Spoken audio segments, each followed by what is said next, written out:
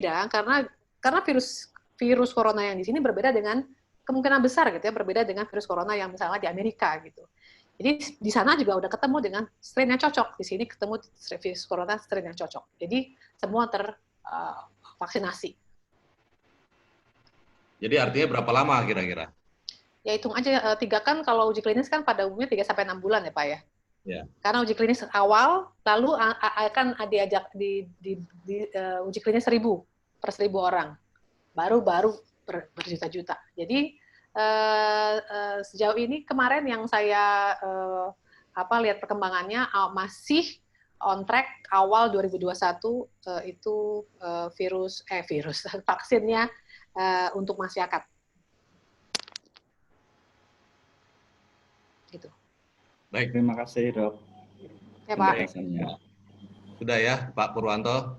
Ya cukup Pak, terima kasih. Baik, sebenarnya kita penelitian tentang vaksin kita masih pada tahap uji klinis ketiga ya. Ini masih butuh waktu agak lama karena dari ketiga ke 4 itu harus, ini kan kemarin baru ketiga, ini masih sukarelawan. Ya, sukarelawan itu ya hanya beberapa orang, mungkin dibutuhkan mungkin 1.000, sedangkan untuk uji vaksin itu mungkin puluhan ribu ya, tahap keempat ya. Nah, masih ada satu tahap terakhir yang butuh sampel yang lebih banyak gitu, setahu saya seperti itu. Mungkin dari Dr. Ruli ada komentar, karena Ibu kelihatannya latar belakangnya dari MKes nih. Ya, saya kebetulan sih kesehatan lingkungan, lebih kepada kesehatan lingkungan, jadi tidak pada kesehatan. Oke. Jadi kita masuk ke pertanyaan berikutnya ya. Saya sedang sakit gigi, dari Ibu Dina Aryani. Saya sedang sakit gigi. Sudah ronsen, dianjurkan ke dokter syaraf gigi untuk perawatan syaraf. Tapi saya takut karena sedang banyak virus. Apa yang harus saya lakukan? Nah, mungkin kembali ke Dr. Riko nih, gimana nih sakit syaraf katanya? Tadi udah dijawab betul Pak Alfred. Sebenarnya udah jawab dari pertanyaan oleh Dr. Riko yang sebelumnya. Ya artinya dia kan sakit syaraf. Apakah? Ya ke dokter gigi aja. Karena datang aja gitu ya. Ya datang aja karena lebih tidak aman ke pasar daripada ke dokter gigi. Oke, bagaimana Ibu Dina? Ya kan Dokter Riko ya? Benar Dokter Carolina, saya setuju itu. Jadi memang jika dia memerlukan tindakan emergensi seperti sakit yang tidak tertahankan, maka memang Ibu Dina tadi ya? Ya. Saya nggak bisa lihat chatnya. Ya, Ibu Dina itu memang harus ke dokter gigi, mau tidak mau. Tapi pastikan dulu Ibu Dina tidak pernah ke area yang kena COVID. Yang pertama, yang kedua pastikan Ibu Dina dalam keadaan sehat terlebih dahulu. Karena sebelum dilakukan tindakan perawatan gigi itu Ibu Dina akan mengisi inform consent, surat persetujuan medis, di mana di situ ada beberapa pertanyaan yang harus dijawab dengan sejujur-jujurnya. Jadi jika memang sakit giginya tidak tertahankan, maka memang harus ke dokter gigi.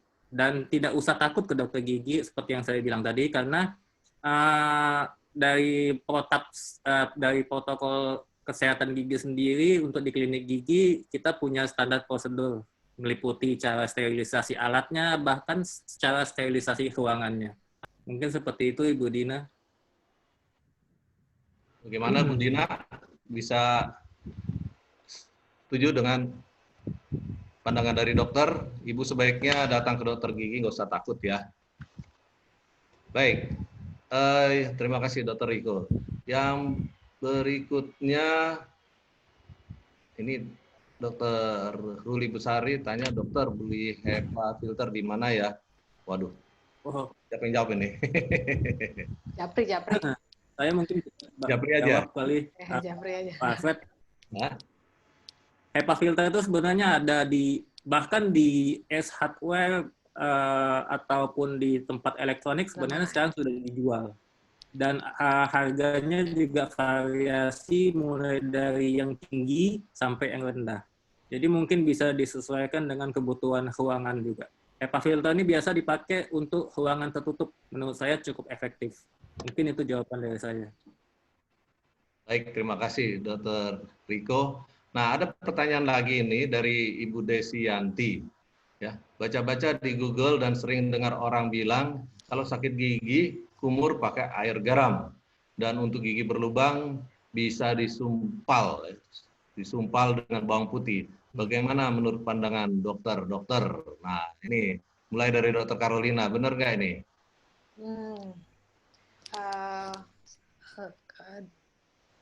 Kalau sakit gigi, oke. Begini kalau saya mau jawaban pendeknya tergantung diagnosis. Jawaban panjangnya juga dimulai dengan tergantung diagnosisnya. Jadi kalau sakit gigi itu kan dapat disebabkan oleh berbagai macam hal. Ya ada giginya, ada gusinya, ada jaringan lunak mulut, pipi misalnya, mukosa mulut ya. Itu semua memang kita pokoknya taunya sakit gigi aja gitu. Bahkan sakit otot, sakit kepala yang dekat dengan rongga mulut itu kita pasien bilangnya sakit gigi begitu ya. Sakit gigi yang kumur pakai air garam itu bisa turun jika ada pembengkakan. Ya, itu memang air garam tuh apa sih? Salin gitu ya, air fungsional, air yang ada di tubuh kita itu adalah air garam. Jadi untuk menurunkan bengkak itu di mana-mana pakai air garam. Tapi kalau sakit gigi karena radang pulpa, apakah air garam bisa membantu? Ya nggak bisa. Gitu. Jadi tergantung sakitnya apa gitu ya. Nah, disumpal dengan bawang putih. Ya, bawang putih kan memang ada anti radangnya. Tapi apakah cukup untuk mengurangi radang radang syaraf? Nggak pernah dipakai sih. Kita nggak pernah memakai. Kalau cengkeh iya, ya kita pakai. Tapi juga nggak bisa cengkeh taruh aja begitu ya, karena minyak cengkeh juga mematikan jaringan syaraf. Jadi pandangan saya pendeknya begitu, panjangnya begitu. Solusinya apa? Sekarang untung kita hidup di zaman sekarang yang ada teledentistry gitu ya, ada berbagai macam aplikasi yang bisa membantu. Jadi daripada coba-coba gitu dengan herbal yang segala macam yang ya bagus-bagus, ya banyak yang juga sesat gitu ya, nggak baik gitu. Lebih baik kita tanyakan dengan teledentistry, tanyakan ke dokter. Paling tidak dokter bisa mendengarkan kira-kira apa sebelum dokter itu melihat secara klinis. Karena kami sebagai dokter harus mendengarkan keluhan pasien dan juga melihat. Baru kami menegakkan diagnosis, baru ada perawatan. Begitu ya. Tidak ada jawaban yang cespleng ya, tapi begitulah adanya. Oke. Baik, terima kasih Dr. Carolina. Yang terpenting sebenarnya datang ke dokter gigi, periksa penyebabnya apa. Nah, nanti ada solusi, begitu kan?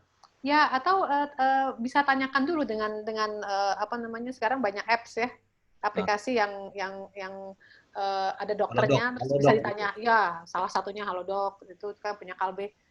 Yang lain-lain juga banyak sekarang. Jadi itu bisa ditanyakan. Paling tidak dokter bisa mendengar, oh ini kayaknya nih mengarah ke sini nih gitu. Jadi nggak main asal kasih gitu ya.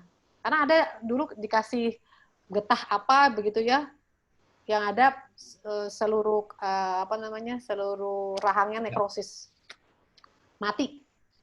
Saya lupa getah Kamboja atau apa itu sangat-sangat mengerikan. Baik, terima kasih Dr. Carolina. Nah, ada yang raise hand ini Pak RT kelihatannya. Pak RT, Pak Marli, silakan. Terima kasih waktunya. Assalamualaikum warahmatullahi wabarakatuh. Waalaikumsalam. Sebenarnya sih yang saya tanyakan ternyata sudah ditanyakan sama teman-teman yang lainnya. Sama lah, kurang lebihnya seperti itu. Cuma ada yang sedikit ganjel nih.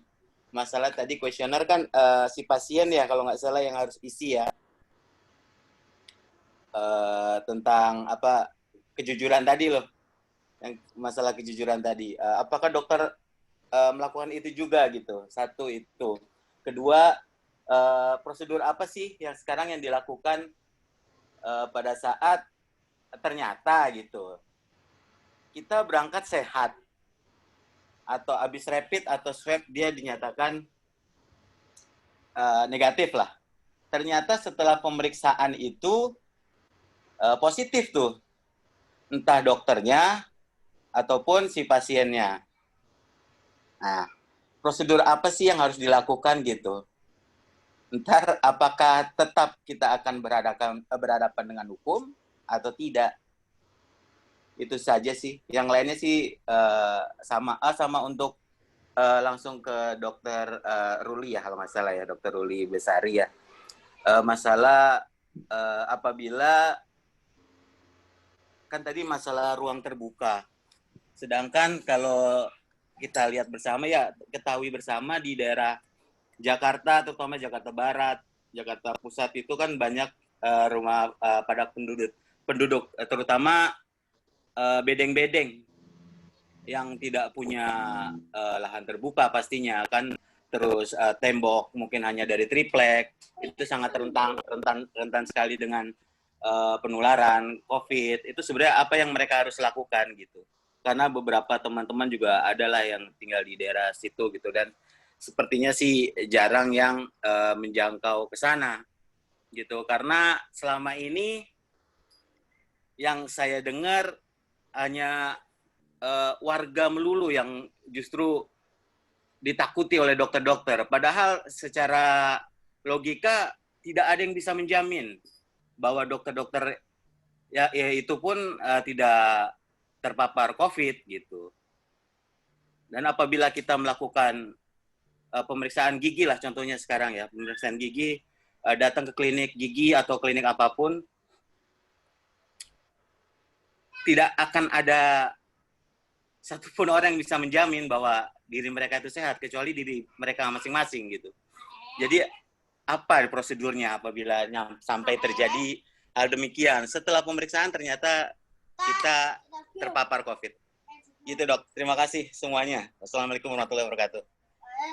Terima kasih Pak RT atas pertanyaan dan saran-sarannya. Nah ini yang jawab ini kayaknya Dr. Riko. Soalnya kejujuran, siapa sih yang tahu kejujuran? Nanti yang datang sakit ke dokter giginya kena sakit, pasiennya pulang sakit lagi, nah itu gimana ya? Kena hukum nggak, kena pidana nggak?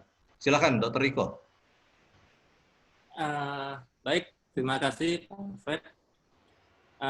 Saya akan mencoba jawab pertanyaan Pak Mali. Ini bagus menurut saya pertanyaannya, karena mungkin tadi gara-gara saya bilang ancaman pidana, mungkin ada suatu ketakutan tersendiri kali ya tentang informed consent ini atau surat persetujuan medis ini. Dan tadi ada pertanyaan Pak Mauli sendiri, apakah dokter melakukan prosedur ini? Saya pribadi melakukannya. Kenapa? Saya pernah pergi ke suatu tempat di mana tempat itu merupakan zona merah. Saya pergi ke luar kota, dan kemudian bukan semua saya ya, rata-rata semua dokter pasti disiplin terhadap dirinya sendiri, karena dia sudah sangat mengetahui bahayanya COVID tersebut. Saya sendiri ketika setelah melakukan perjalanan tersebut dan setelah dilakukan rapid test, bahkan rapid test itu negatif, saya tetap melakukan yang namanya isolasi mandiri. Jadi saya tidak melakukan kegiatan praktek ataupun apapun itu di luar rumah. Jadi saya tetap melakukan yang namanya isolasi mandiri. Karena walaupun hasil rapid test saya negatif dan swab test saya negatif, itu tidak menjamin bahwa saya sendiri sebenarnya tidak terpapar, seperti yang Dr. Carolina bilang. Mungkin imun saya yang bagus, sehingga saya hasilnya negatif. bahkan sampai swab sekalipun. Tapi bukan berarti di badan saya ini tidak ada virus, belum tentu. Itu makanya kalau saya sendiri disiplin, saya setiap